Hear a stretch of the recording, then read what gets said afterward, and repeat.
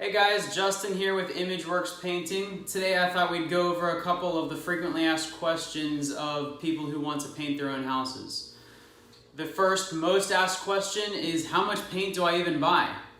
So you want to know that a gallon of paint goes about 350 square feet with one coat. So what that means is you need to actually measure out your room, find out how much wall space you're painting, and go ahead and divide that by 350. So if you have a 10 by 10 room and you have 10-foot ceilings, you've got approximately 400 square feet of walls. Now you could take out all of your windows, your doors, and get very precise with it, but chances are you're not going to end up exactly on an even gallon anyhow. So when you figure you need 2 coats of paint, get about 2 gallons. If you want to have some left over, you can get a 3rd gallon. Your second coat doesn't necessarily have to be as thick as your first coat. What you're doing is you're rolling and you're making sure that you're covering all the pinholes, the thin spots where you stretch the paint a little bit too far with that roller cover, and just making sure that your color is nice and uniform around the entire room. Probably another one of the most asked questions is, do I need a primer?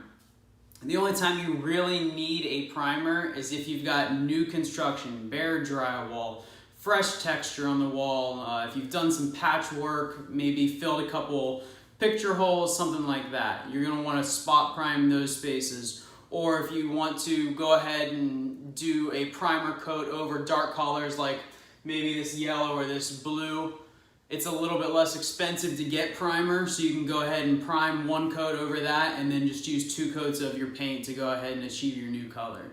But primers are really built to help. Another question that we get asked a lot is, should I just go ahead and throw away my roller covers, or is it worth cleaning them out? There are a lot of different roller covers on the market. You can get some at the dollar store. Obviously those ones not worth cleaning, just throw them out. But you can get some that cost up to $12, $18 at Sherwin-Williams, PPG, Home Depot, Lowe's. This roller cover itself has been used and cleaned out, and you really have to determine whether or not you're going to be using that roller cover again, how much money you spent on it. For companies out there, how much money you're going to end up paying your guys to clean those materials out. So if it's a polyester nylon cover that costs $3, just trash it. If it's a Purdy Colossus roller cover that costs $15, we spend the time rinsing it out. Every roller cover has a different purpose, costs a different amount of money, and it's really up to you in the end. But I would assume that most DIYers are just going to end up throwing them out at the end. Now, if you do have to paint again the next day with the same color, a little trick is to go ahead, put that entire roller handle inside of a trash bag or a grocery store bag, stick it inside your fridge, and the next day when you pull it out, it'll still be moist and you can continue rolling with that same color.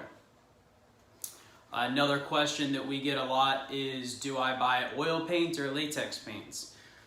As things are progressing, the world is getting greener and cleaner, more environmentally friendly. It's getting harder and harder to even find oil-based paints. The reason that a lot of people used to use oil-based paints was it has a lot of advantages as far as the durability goes. So you'd see a lot of oil-based paints on doors, high traffic areas, your baseboards, your crown molding. It self-levels, gives a nice, clean, smooth appearance. Oil does yellow over time, so maybe you've noticed if you had your baseboards painted back early 90s, they're starting to get a little yellow on you. That's probably an oil-based paint. With all the new technologies out now, water-based paints have come a long, long way. If you check out Sherwin-Williams Pro Classic line, Benjamin Moore's Impervo line, they have latex paints that end up looking and flowing just like the old oils used to. So most of the time, you're pretty much going to be forced to buy latex paint these days. Another environmental question that we get asked a lot is, what do I do with leftover paint? You can't just go and throw a gallon of paint in the trash can. There are disposal days for chemicals that usually your neighborhood or your county will go ahead and accept any kind of liquids that may be a hazardous material. Latex paint's water-based, it's not going to really hurt anything, but you can't just go throwing a gallon of it in your trash can. So there's a couple different things you can do. You can get rid of it, but you need to harden it first. They actually sell paint hardener mixes at paint stores, or what we usually use is some kitty litter. It's gonna go ahead and absorb all of the moisture. It's gonna turn that paint rock hard. Once it is hard, you're allowed to put it inside your trash can. One of the things though that you should really do is look towards the future. Know that walls are going to need to be touched up. You can either keep it in the same can, or for just a couple bucks, you can buy smaller, empty, blank cans. Just make sure that you label them, you know exactly what they're used for. The air is what actually ruins paint. Another question that we always get asked is, how do I know if my paint's still good? If you open it up and it smells like rotten eggs, your paint's gone bad. As long as it smells like paint, as long as it's nice and fluid, you can go ahead and use it on your wall. It will need to be shaken up, get all of the colorants back mixed up to the same way that it was whenever you got it brand new. But usually if you take your gallon or your quart can into a paint store, they'll mix it for you, no problem. They'll throw it in their little shaker for 30 seconds and you'll be good to go. Air is what kills paint, like I said. So if you can get them to smaller quart size cans, there will be less air to actually kill the paint over time, or make it go bad. It's also a lot easier to store quart cans than it is to store entire gallons that just have a little bit of paint left in them. So this is a really good idea. This is what I do at my house. I keep a spreadsheet that actually tells me exactly what paint's on what walls, what colors. Because if you're like me, you've got 3 different blues in your house. You can't remember whether it's Robin Eggs blue, whether it's Jupiter blue, whether it's Royal blue, whatever the color name is. So I actually have them labeled on a spreadsheet, and then I keep little quart cans like this for touch-ups. One of the last questions that we always get asked is about color. If you actually go with ImageWorks Painting and you sign your contract, we have a deal worked out with Sherwin-Williams that will send out a color consultant. She'll sit down with you. She'll come out to your house, kind of talk to you about your vision, what you're looking for, what colors are currently in your house, and she'll help you select colors. That's for an hour that she will just sit there and work with you, give you a couple options, then you go try those samples out and see if it's something that you like. But the biggest question we always get is, do dark colors make your room smaller? Everybody has this conception that it's just going to make it feel like a cave, the entire walls are going to come crashing in on you. It's not necessarily the truth. If you think about, when you go camping, you're looking up at the night sky, it's dark, it's black, it seems very, very vast, So if you painted your ceiling a dark color, it could open up the room more.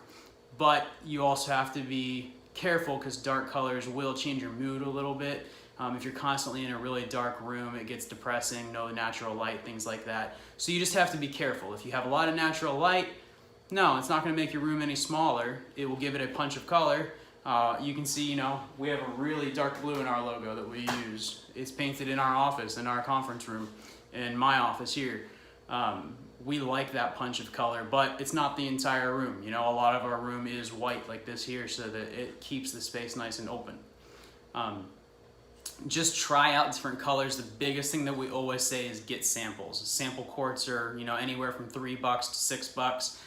Try out as many as you need to make sure that you have the right color, because that little sample quart is going to save you a lot of money if you end up hating the color that you chose after you've painted your entire house. So these are just a couple of the questions that we get asked all the time as painters. People that are trying to paint their own house, take on projects by themselves, and just need a little bit of help. I hope that some of these answers helped you out with your upcoming project. If you guys get into it, you realize, hey, maybe this is better for a professional to take care of. If you happen to be in the Tampa area or the Pittsburgh area, call ImageWorks Painting. We'd love to come out and give you a free quote, take over the job for you. Or if you just know that it's going to be too much, you don't have the right ladders to do it, you don't have the right equipment, and you just want to come home from work and have the project done, that's what we specialize in. So give us a phone call, check out our website, imageworkspainting.com. If you like this video, you want to ask some more questions, go ahead and comment below, and we will get to answering those as well. Thanks guys, have a great day.